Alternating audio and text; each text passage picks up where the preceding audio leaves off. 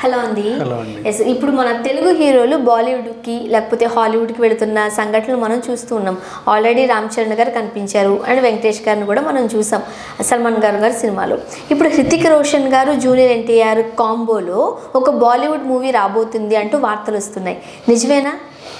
War 2 అని ఎవరు మన అయాన్ ముఖర్జీ, తను మన ఇది బ్రహ్మాస్త్ర డైరెక్టర్. సో అతను ఏం చేశాడంటే తను ఆల్రెడీ వార్ అతనిదే. సో నెక్స్ట్ వార్కి సీక్వెల్ ఉంటే బాగుండు, దీన్ని ఎలాగో పార్ట్ 2 ఈ డిసెంబరు, పార్ట్ 3 నెక్స్ట్ డిసెంబర్ అని చెప్పేశాడు కదా. సో ఆ రకంగా చూసుకుంటే ఈయన ఏమనుకున్నాడు, వార్ని కూడా సీక్వెల్ చేయొచ్చు అనే ఒక ఆలోచన బాగానే ఉంది. నష్టమే లేదు, అది కూడా మంచి హిట్ మూవీ. కాకపోతే ఇప్పుడు పాన్ ఇండియా కల్చర్ ఎక్కువైపోయిన తర్వాత ఎవరినైనా సౌత్ స్టార్ని తీసుకొని నార్త్ వాళ్ళతో మింగిల్ చేస్తే బాగుండని చెప్పేసి ఆల్రెడీ మొన్న ఇప్పుడు సల్మాన్ ఖాన్ది సినిమా చూస్తుంటే ఎంత పాజిటివ్ రెస్పాన్స్.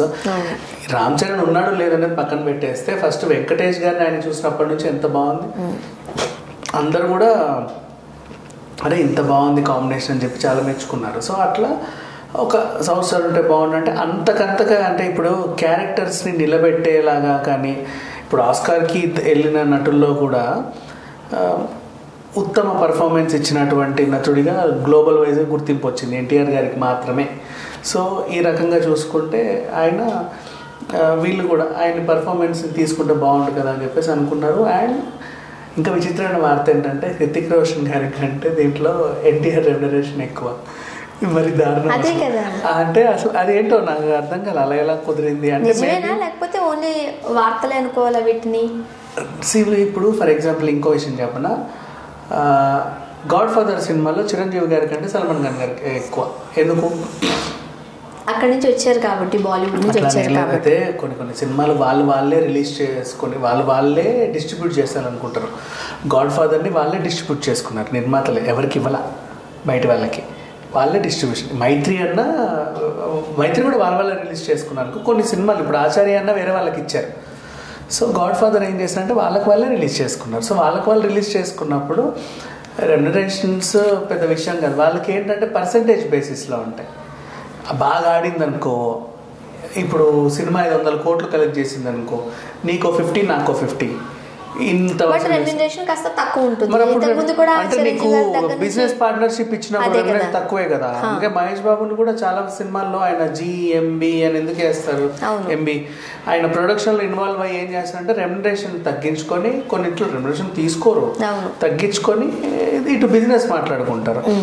ఆ విధంగా ఉంటుంది. సో ఇప్పుడు నీకు బిజినెస్ మాట్లాడినప్పుడు ఫర్ ఎగ్జాంపుల్ 5 కోట్లు ఇచ్చారనుకో, బిజినెస్ మాట్లాడారు, 10 కోట్లు ఇచ్చి బిజినెస్ మాట్లాడారు అంటే ఇప్పుడు రెమ్యునరేషన్ లెక్కల విషయానికి వెళ్తే నీ రెమ్యునరేషన్ 10 కోట్లేగా.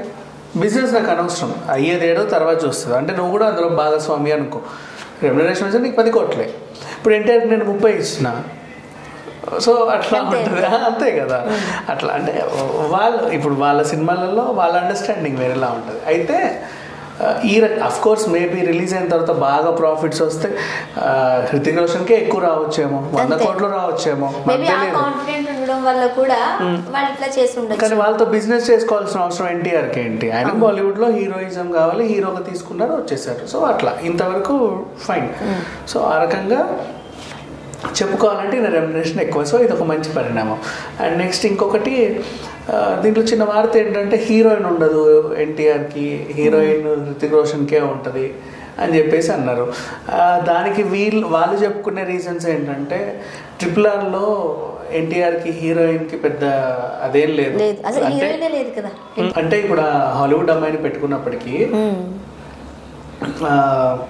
దేంట్లో జస్ట్ అంటే ఈమె హెల్ప్ ద్వారా ఆ కోర్టులోకి వెళ్ళేలాగా జస్ట్ ఆమెను వాడుకున్నాడు అంతే. లాస్ట్ ఆ కోర్టులోకి ఆ జంతువుల్ని తీసుకెళ్ళడానికి కూడా ఈమెనే హెల్ప్ చేసినట్లుగా అట్లా చూపించారు జస్ట్. సో అట్లా అంటే ఆమె జస్ట్ ఒక సపోర్టింగ్ క్యారెక్టర్ లాగా ఉందే తప్పితే ఆమెను కూడా మనకు పెద్దగా హీరోయిన్ గా ప్రొజెక్ట్ చేయలేదు. ఆలియాన్ ప్రొజెక్ట్ చేసినంత కూడా చూపించలేదు కదా. సో ఆ రకంగా చూస్తే ఎన్టీఆర్కి RRRలో హీరోయిన్ ఇవ్వలేదని అనుకోవాలి. బేసిక్గా ఉన్న హీరోయిన్ కూడా ఫారిన్ అమ్మాయి, ఊరోళ్ళకి ఎలా కనెక్ట్ అవుతుంది? నువ్వు కనీసం ఏ త్రిషనో, ఇలియానో, జెనీలియానో పెట్టినా అయ్యో ఈ అమ్మాయి ఎందుకని పాపం ఎక్కువ రోల్ ఇవ్వలేదని ఫీల్ అవుతారే కానీ హీరోయిన్ ఉందనే అనుకుంటారు, భ్రమలో బతికేస్తారు. నువ్వు ఎక్కడి నుంచో ఏదో గ్రహాంతర వాసిని తీసుకొచ్చి అక్కడ పెడితే ఆ హీరోయిన్ లాగా అనిపించదు కదా, ఆ ఫీలింగ్ రావాలంటే ఉంటుంది కదా, రాలా. సో బేసిక్గా RRR వల్ల ఆయనకు పడిన ముద్ర ఏంటంటే ఈ హీరోకి హీరోయిన్ అవసరం లేదు, లేకుండానే సోలోగా నిలబెడతాడు అంటే అది ఆయన కాంప్లిమెంట్ ఇస్తున్నట్టుగానే ఇరికించేస్తున్నాడు. అదే ఎందుకులే హీరోయిన్ ఇప్పుడు అవసరమే ఉంది, ఆయనకి ఇచ్చేసుకుంటాం, మళ్ళీ ఇద్దరికి మేపాలి అనవసరంగా, వాళ్ళకి విడిది మేత, మళ్ళీ వాళ్ళ వెనకాల వచ్చే ఆ బలగం, అనవసరంగా ఖర్చులు ఎక్కువ అన్నట్టుగా. సరే ఇదేమైనప్పటికీ హృతిక్ రోషన్తో ఈ నుండే వార్ 2 కాంబినేషన్ మాత్రం అదిరిపోతుందని చెప్పేస్తున్నారు. నెక్స్ట్ అలాగే దీనికి కొనసాగంటే వార్ 2కి కొనసాగింపు కాదు, బాలీవుడ్లో ఎన్టీఆర్ ప్రయాణానికి కొనసాగింపుగా సంజయ్ లీలా బన్సాలి గారి నెక్స్ట్ సినిమాలో, అంటే ఆల్రెడీ ఆలియా భట్తో గంగూబాయి కత్యావాడి తీశాడు కాబట్టి ఆమెతో ఇంకో సినిమా చేయాలనుకుంటున్నాడు. ఈసారి ఆమె హీరోయిన్గా, ఇంతకుముందు హీరోయిన్ సెంట్రిక్ మూవీ, ఇప్పుడు అట్లా కాకుండా జస్ట్ హీరోయిన్గా. సో హీరో కావాలి. ఆవిడ సజెస్ట్ చేసింది, అవును RRRలో నాకు అందరికంటే బాగా నచ్చింది ఎన్టీఆర్. మిగతా వాళ్ళందరూ రకరకాల రాజకీయాలు చేసినప్పటికీ నాకు ఎన్టీఆర్ గారు ఆయన నిజాయితీ అన్నీ బాగా నచ్చాయి. అండ్ యాజ్ ఎన్ యాక్టర్గా హీఈస్ ఎ ప్రూవెన్, మీ అందరికీ తెలిసిన విషయమే. సో అతనితో వెళ్తే మీరు చేసే ప్రయోగాలకి బాగుంటుంది. ఇప్పుడు ఆయన కూడా సంజయ్ లీలా బన్సాలి ఎలాంటి సినిమాలు చేస్తాడు, యుద్ధ బ్యాక్గ్రౌండ్ ఉన్నట్టు ఒక హీరోని యోధుడిలాగా ధీరుడిలాగా చూపిస్తాడు. అలాంటి యోధుడిగా ధీరుడిగా మనకి ఊహించుకోవాలంటే ఎన్టీఆర్ గారు పర్ఫెక్ట్ సరిపోతారు. సో ఆ రకంగా సంజయ్ లీలా బన్సాలి గారు నెక్స్ట్ మూవీలో కూడా ఎన్టీఆర్. అండ్ నెక్స్ట్ ఇంకో కొనసాగింపు ఏంటంటే సల్మాన్ ఖాన్ గారి టైగర్ సినిమాలో కూడా జూనియర్ ఎన్టీఆర్ క్యామియో ఉంటుందండి. అంటే ఆల్రెడీ ఈయన ఏంటంటే RRR క్రేజ్ని యూజ్ చేసుకున్నట్టుగా కనిపిస్తుంది. ఇక్కడ మనకి నిన్నటి సినిమాలో రామ్ చరణ్ తేజని తీసుకున్నట్లుగా నెక్స్ట్ టైగర్లో కూడా ఒక చిన్న క్యామియో సాంగ్లోనో లేకపోతే ఎక్కడనో జస్ట్ అలా తలుపుకోమని వెళ్ళిపోయేలాగా ఆయన్ని కూడా పెట్టుకున్నామని చెప్పేసి వార్తలు వస్తున్నాయి. ఒక రకంగా చూసుకుంటే ఎన్టీఆర్ గారు ఇప్పుడు మనకి తెలుగు స్టార్ కాదు, pan India star, perfect global star అనే బిరుదు ఏదైనా ఉంటే ఈయనకి పర్ఫెక్ట్గా సెట్ అవుతుంది. గ్లోబల్ స్టార్ అనేది ఏంటంటే జస్ట్ ఒక బిరుదు మాత్రమే.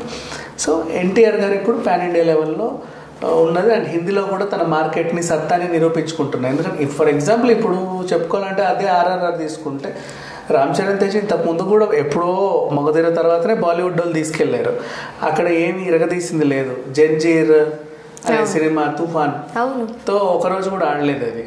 సో మళ్ళీ బాలీవుడ్ వాళ్ళు నన్ను పిలిచే అవకాశం అయితే అంటే ఫేమ్ తర్వాత వచ్చినప్పటికి కూడా, కానీ ఎన్టీఆర్ ఎప్పటివరకు వెళ్ళలేదు, రావడమే ఒక ఇలా వచ్చారు. అండ్ ఆయన మీద ఉన్న క్రేజ్ కూడా బాగుంది. ఈయన ఇక్కడ సినిమాలు ఆల్రెడీ బాలీవుడ్లో 70 పెద్ద పెద్ద హిట్లు అయ్యాయి, యూట్యూబ్లో కూడా అత్యధిక వ్యూస్ వచ్చాయి. సో ఆ రకంగా చూసుకుంటే బాలీవుడ్ టాలీవుడ్ అని కాకుండా ఇంకా నన్ను అడిగితే తమిళ మలయాళం ఇవన్నీ ఇట్లాంటి సినిమాలు కూడా కొన్ని రోజులు పోయిన తర్వాత ఇంకే వుడ్లు ఉండకుండా ఈ ప్రొడక్షన్ అందరూ కూడా ఒక సినిమా తీసి వాళ్ళని వీళ్ళని కలుపుకొని మొత్తం అన్ని లాంగ్వేజెస్ లోనే రిలీజ్ చేసేలా వెళ్తారు. ఈ రకంగా చెప్పాలంటే సౌత్ హీరోయిన్లకు మాత్రము అయితే అతివృష్టి లేదా అనావృష్టి. ఎందుకంటే అక్కడ హీరోయిన్లకే 8 కోట్లు 15 కోట్లు ఇస్తారు, ఇక్కడ వీళ్ళు ₹1 ఇచ్చినా ఎగేసుకుంటూ వస్తారు. వీళ్ళ తప్పు కూడా ఉంది, వీళ్ళు ఒప్పుకోకుండా ఉంటే బాగుండేది.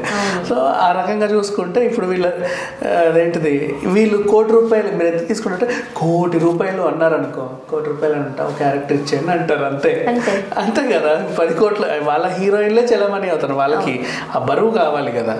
ఎవరో ₹1,00,00,000 అంట అని చెప్పేసి ఒక క్యారెక్టర్ ఇచ్చేసి మిగతా వాళ్ళ హీరోయిన్లని ఎక్కువ చూపిస్తారు. సౌత్ హీరోయిన్లకు కూడా కొంచెం న్యాయం చేయాలంటే ఆల్రెడీ సమంత అయితే నిరూపించుకుంది. ఇప్పుడు సిటాడెల్తో ఆమె రేంజ్ మారిపోతుంది. త్రిష తెలిసిందే. ఇంకొంచెం ఇప్పుడు వచ్చే కొత్త జనరేషన్ హీరోయిన్లకు మాత్రం ఇంకొంచెం అది నిలబెట్టుకోవాలి. ఆ క్రమంలో హీరోలకు ఉండే క్రేజ్ హీరోయిన్లకు కూడా రావాలి అంటే వీళ్ళు కూడా కొంచెం రెమ్యునరేషన్ విజన్లో ఆచితూచి వాళ్ళలాగా వ్యవహరిస్తే వీళ్ళు ఎదుగుతారు.